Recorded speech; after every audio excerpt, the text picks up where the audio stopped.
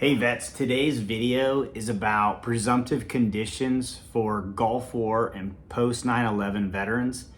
Uh, these are really important for those of you who served, during that time frame over in the Middle East and in a couple other countries, which I'm going to talk about in this video.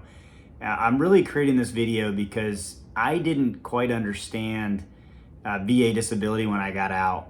Well over 10 years later is when I started looking into this. And once I started figuring out the PACT Act and understanding presumptives, I found out that I lost a lot of money, and I don't want that to happen to you. So this video is for you folks.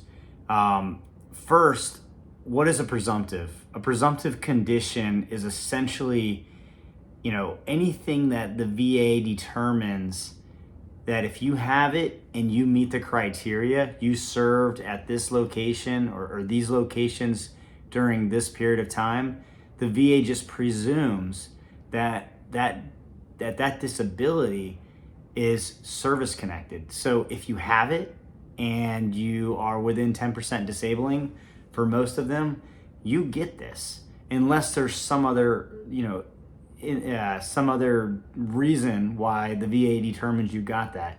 So this is a really easy one to get. You'll hear folks talking about the 3 things that you need to get a VA disability claim approved. And one of the most important ones is service connection. But in this case, the presumption takes away the service connection. So you really don't need that link between the other two, which is, a diagnosis of the disability or what you have, and the service connection. You don't need the link between the two. You don't need the nexus. You have it, the presumption. So really, you just need to meet the criteria for presumption and have a diagnosis of the disability, and it's yours. And I hate when I talk to vets who served in these locations during this time, and they have one of these disabilities, and they're not rated for it, or they just didn't know they could, because you're leaving money on the table, folks. So that's what I'm going to do today is I'm just going to talk about some of the criteria and some of the disabilities that apply. And I encourage you, if any of these sound like you, or these symptoms sound like symptoms you have, I encourage you to reach out to a VSO and figure out what's the next step. Obviously, the first step should be figuring out how to do an intent to file. Today's video is not about intent to files, but if you need help with that, shoot me a comment in the box below, and I'll try and help you. But get with the VSO and put it on your to-do list to get it done ASAP. Money is being left on the table.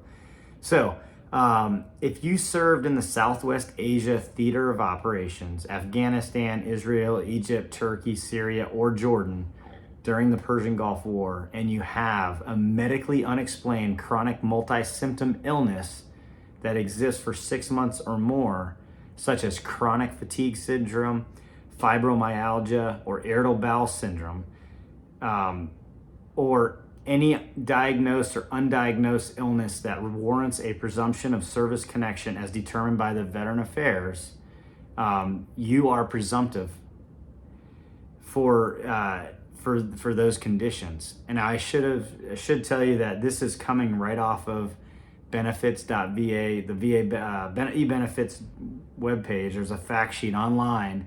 I'll link to it in the description below. But if you have those 3 or anything that's unexplained multi-symptom illness, and you've been in those spots during that time frame, those are yours. Also,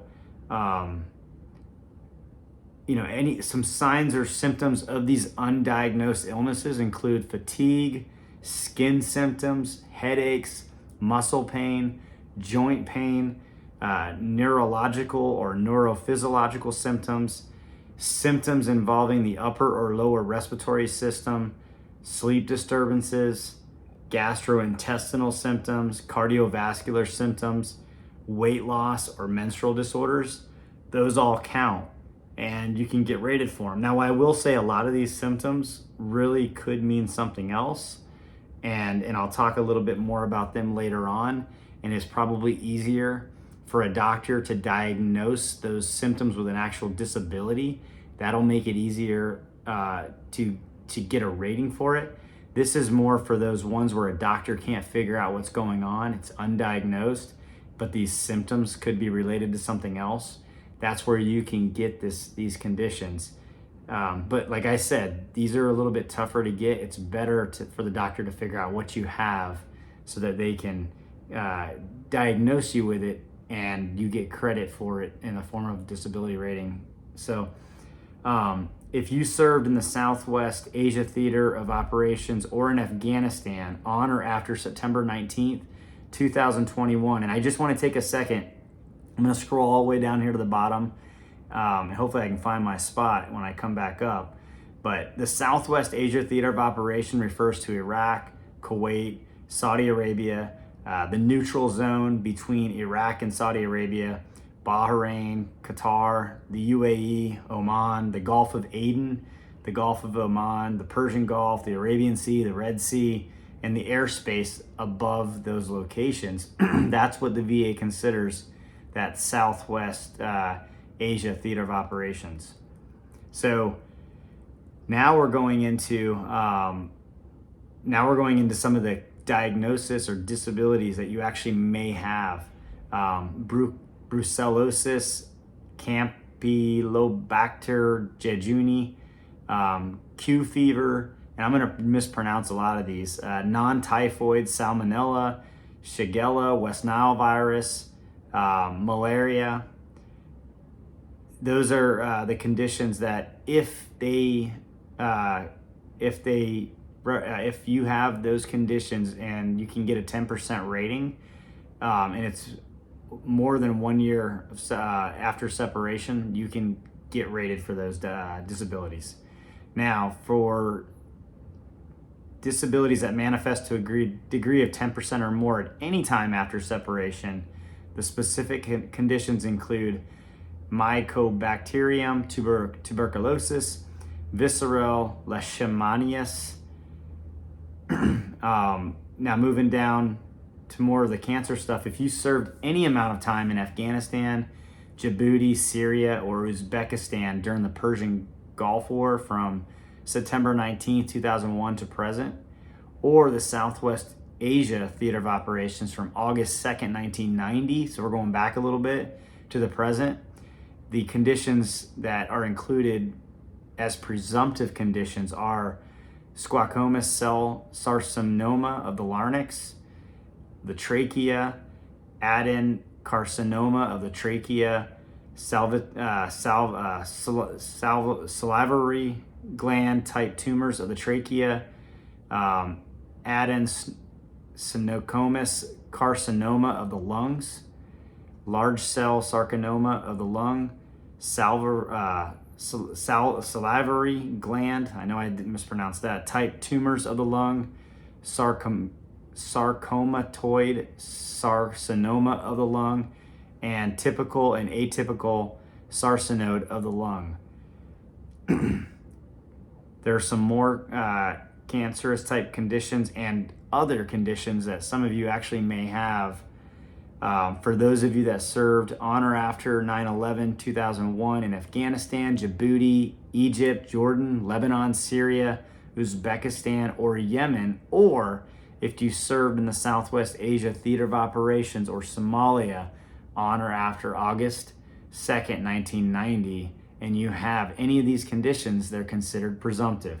Brain cancer, gastrointestinal cancer of any type, glioblastoma, head cancer of any type, kidney cancer, lymphatic cancer of any type, lymphoma of any type, melanoma, neck cancer of any type, pancreatic cancer, reproductive cancer of any type, respiratory cancer of any type, asthma that was diagnosed after service, chronic bronchitis, chronic obstructive pulmonary disease, or COPD are also presumptive conditions. Moving right along in the same category, chronic rhinitis, chronic sinusitis, constrictive bronchiolitis or obliterative bronchiolitis, emphysema, granulomatous disease, interstitial lung disease, pleuritis, pulmonary fibrosis,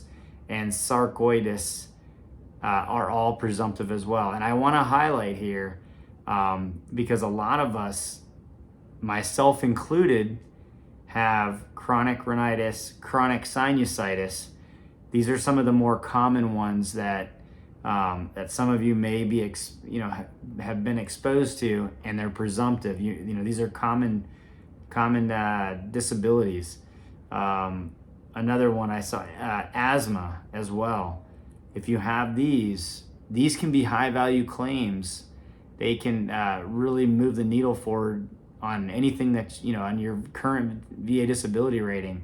So if you have those, or you have those, symptoms of those, which are just basically, sinus infections, chronic sinusitis, headaches, the feeling in your sinuses, right? The pressure, rhinitis, the nasal congestion, the chest congestion, the post-nasal drip. If you have those, look into it, get a diagnosis, and get your medical evidence so that you can submit a VA disability claim. So today I talked about the presumptive conditions for post-9/11